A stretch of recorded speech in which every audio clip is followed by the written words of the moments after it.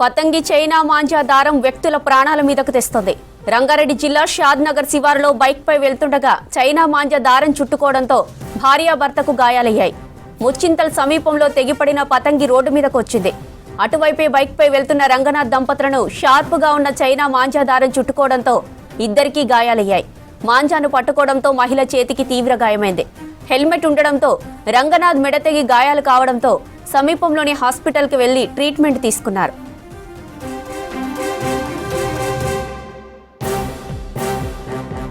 Muchintal temple పోయి మళ్ళీ షాద్నగర్ తిరిగి వస్తుంటే అక్కడ దారిలో పిల్లలు ఆడుకునే మాంజా, చాలా షార్ప్ ఉండే మాంజా ఇక నా మెడకు ఇలా పట్టింది. నా మిస్సెస్ వెనకాల నుంచి 2 చేతులతో తను ఆపింది. ఆ 2 చేతులు కట్ అయిపోయినాయి. మొత్తం ఈ చేతి కట్ అయిపోయింది. నా మెడ మ్యాక్సిమం కట్ అయిపోయేది. ఇక్కడ ఇంత కట్ అయింది.